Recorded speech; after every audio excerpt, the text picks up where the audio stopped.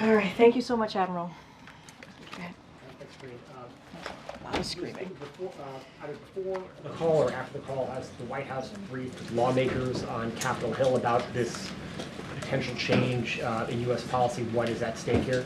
Well, look, I think the Admiral made it very clear. We are giving the Israeli government an opportunity to deal with something that is pretty serious. Humanitarian aid workers who are, we saw this week being killed.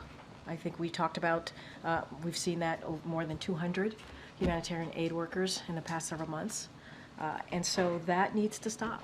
And so we're giving the Israeli government, as you heard from my colleague, come up with some ways, some measures here on how to avoid that. We have to keep civilians safe. We have to keep humanitarian workers safe.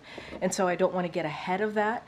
We're always having conversation, always in contact with congressional members. I don't have a readout of outreach that was done right after the call. Obviously, the call ended not too long ago, and so don't want to get ahead of that. But I think in that readout, the president made it very clear where he stands in this moment. He made it very clear after the horrific, what happened, the horrific events of seven, brave people doing heroic work. What happened to them? He put out a very strong statement. So I think the president has been very clear.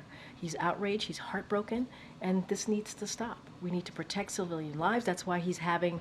That's why his team is having conversations with the Israeli government on Rafah operations and what that's going to look like. They're having a reasonable debate back and forth and talking about that. We're hoping, we expect that to happen in person very shortly. And so the president has been very clear. We got to protect civilian lives. We have to protect humanitarian aid workers. And those conversations certainly are going to continue. And you got a question yesterday whether the president's conversation with the doctor who'd been in Gaza on Tuesday was his first interaction with somebody who'd been on the ground in Gaza since the war began. I was hoping you might have give us an answer on that. So a couple of things. I did have a moment to look into that. And so, as you know, the president and his senior team have been pretty actively honoring their commitment he made in continuing that ongoing engagement with communities directly, obviously impacted by the conflict in Gaza. And he did that by hosting community leaders just this week, but also you've seen the senior White House officials going to Michigan, going to Illinois, and continuing those conversations over the past several months. Look, and we believe that by going across the country and hearing directly from community leaders in numerous states, that we are keeping that ongoing commitment. And so, look, there were three doctors who recently returned from Gaza who participated in the meeting this week, and they shared their firsthand experience with President Biden.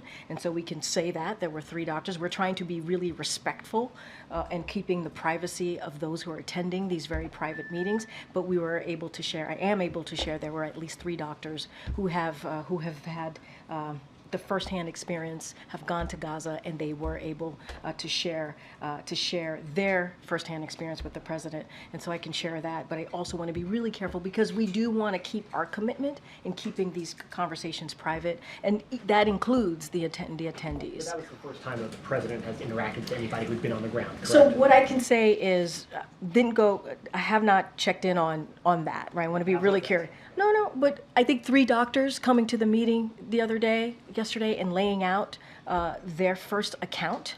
I think that's important, right? So we were able to share that information with you. Three doctors who've been in Gaza and were shared directly with the president what they have seen on the ground. That matters, right? It's so want to be very clear about that. Look, we are going to continue to keep our commitment in hearing from folks in the communities who have been directly affected by this. That's been our commitment from very early on. We understand how painful this is for many. We understand how important it is to hear directly from Americans. This is what the president wants to do. He's a president for all Americans. He has said that continuously on any issue. And on this issue, it is important to do that as well. And then,